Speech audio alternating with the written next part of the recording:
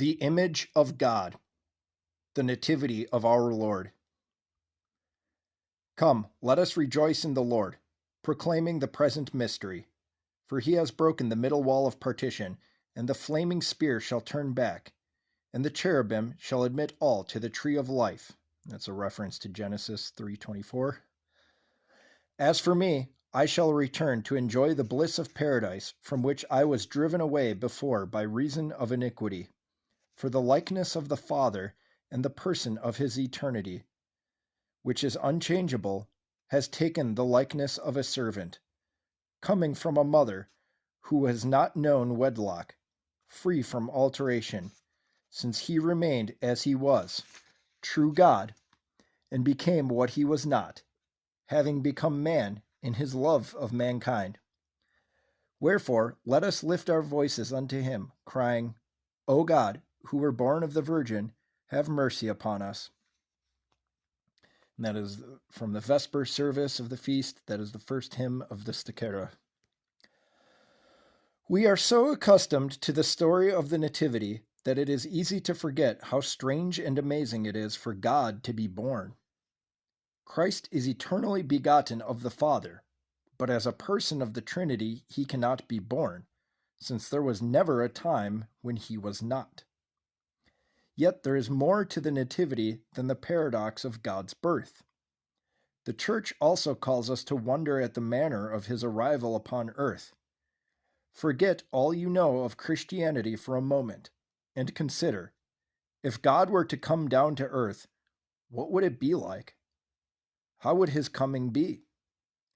Surely one would imagine, in the words of Ghostbusters, a disaster of biblical proportions, real wrath of God type stuff, fire and brimstone coming down from the skies, rivers and seas boiling, 40 years of darkness, earthquakes, volcanoes, the dead rising from the grave, human sacrifice, dogs and cats living together, mass hysteria.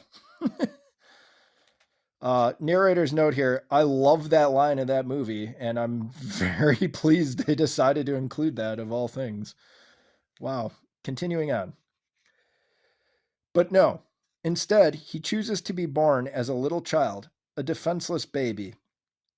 That same God of almighty power, whose presence, if manifested to us, really would be a disaster of biblical proportions, comes to us in complete meekness and humility.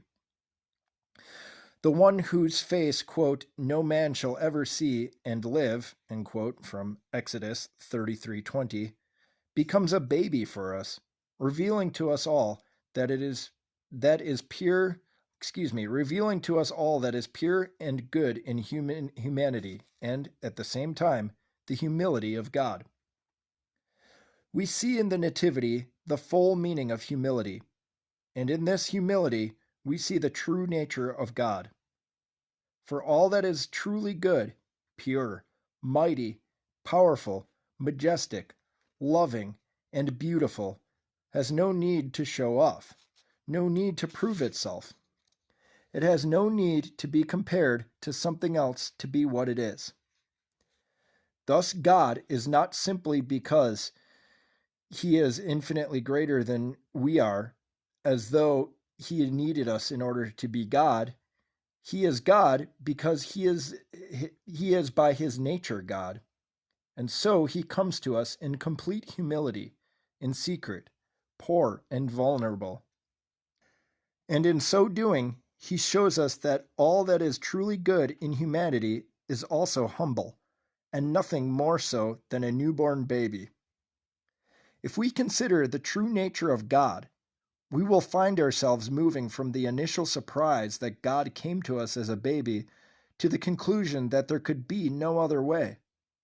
Only in a baby could the image of God be revealed to the world, inducing not fear and terror, but love and tenderness, revealing to us both the humility of God and the goodness and purity of God's creation.